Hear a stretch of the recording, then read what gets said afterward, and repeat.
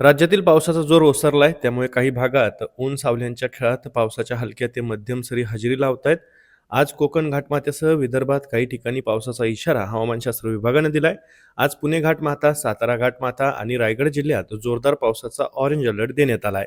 तर नाशिक घाटमाथा, कोल्हापूर घाटमाथा, ठाणे, रत्नागिरी, सिंधुदुर्ग जिल्ह्यांसह अकोला, अमरावती, वाशिम, वर्धा, नागपूर जिल्ह्यात काही ठिकाणी पावसाचा येलो अलर्ट जारी करण्यात आलाय.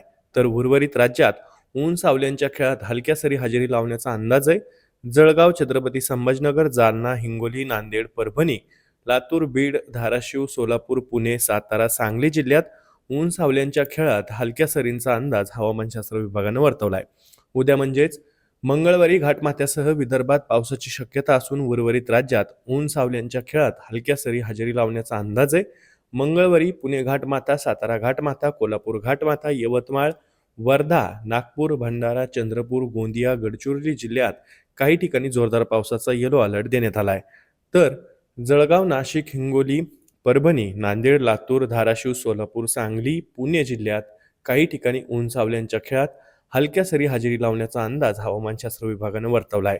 मान्सूनचा आस असलेला कमी दाबाचा पट्टा सध्या बिकानेर, दिल्ली, लखनौ आणि पाटणा मार्गे मणिपूरपर्यंत विस्तारलेला असून समुद्रसपाटीपासून सुमारे 0.9 किलोमीटर उंचीपर्यंत सक्रिय आहे.